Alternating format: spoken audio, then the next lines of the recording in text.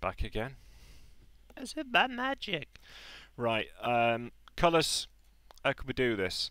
The one on the bottom is the one in need of most attention, so let's make a curves adjustment level. Again, curves adjustment, there's a mask, back to the curve. Looking at red, green, blue, you know, we know red's okay there. If we look at the green, we can add more green, we can come back, we can take some of that out. So, bring that down a little bit. We might have to come back. Go to blue, which is should. You know, we're going to get more blue, but then more yellow here. So we want to compensate for that by taking it towards the blue a little. It's a supermarket, isn't it? Little. There's a lot of colour, so it's a bad image originally. And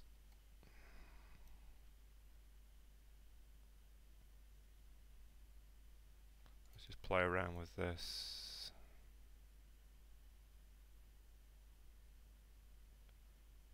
So I'm just having a quick look in each channel. Let's go to the red. Drag this along. That's where it's starting. But again, I'm just trying to use the back as a quick base.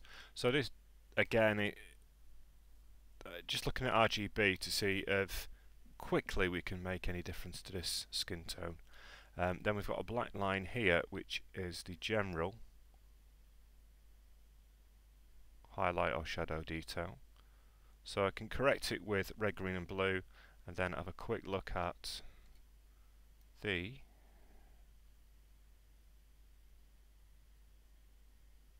slider there, the curve. So added a bit of light to it, and we can go, you know, before, after. So I don't want to get tied up with this at the moment, but that's making a difference. Sometimes what I'll do is take this layer and create another curves adjustment layer. You know, go back into the colours and start to use this to balance that against the face. So I've done as much as I can to the bottom layer of Lush Babe, and I'm going to see what I can do to Betty. You will notice one thing here. This is applied to everything. Everything and the girl. Everything. But everyone, everything, but not the girl beneath. So what we're going to do is Alt and click between these two layers. Alt and click, you'll see that symbol on Photoshop 6 prior to 6. It's a white circle and a black circle that overlap. Anyway, click, mouse click by holding down Alt, and you'll see it clips so that this adjustment mask only affects the image directly beneath it. So now let's go back to red. Yeah, you feeling me? So I could add a bit of red to that. Again, we want a bit more yellow in there, don't we? Nah, it's not great. We should have picked a better image to start with. Okay, so we can again go with or without, you know, with or without, yeah, so it's okay. So there is a quick messing about with a mask. Go back to the mask, zoom in, B for brush, make the brush a bit smaller. This time I want to see that the brush is, I don't want it hard, I want it soft. Yeah, so I'm going to go to 0, and this time, can you see the soft edge?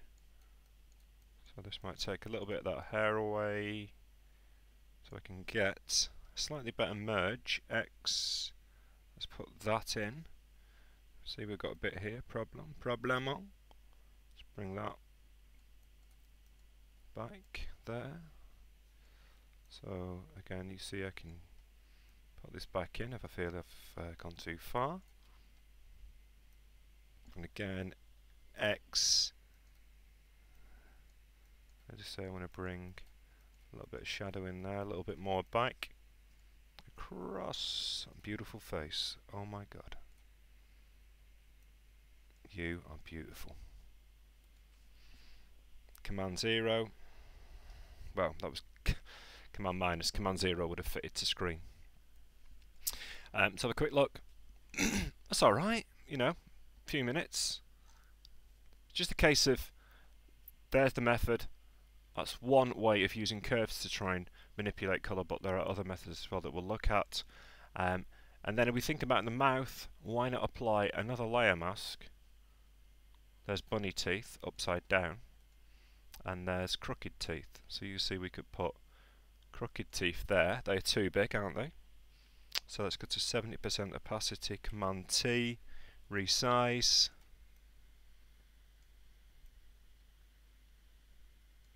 You know, I don't know, something like that. Okay, zoom in. Oh my goodness. Put a mask on it. B for brush. X to get black. And so I'm still on the feather brush here. So the brush is a bit big for that. So again, X and bring some of that back if I need to.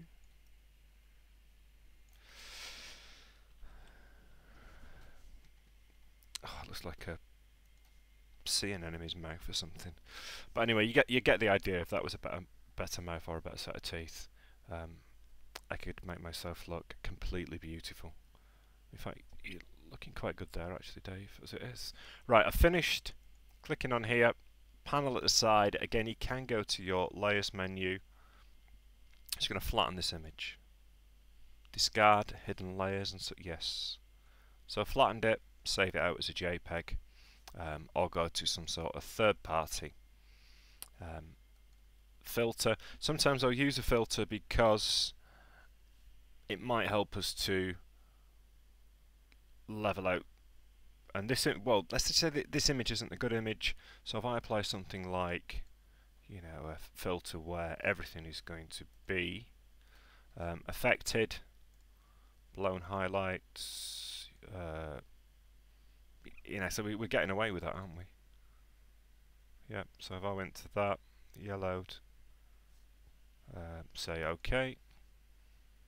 Give me another one on top there. Command E, and then save that for the web as a JPEG. Leave the sizing. It's not big. Save. Dave N JPEG. Close that down. And again, I could save this. I'm not going to save it, so I've still got the editable file, and we are done.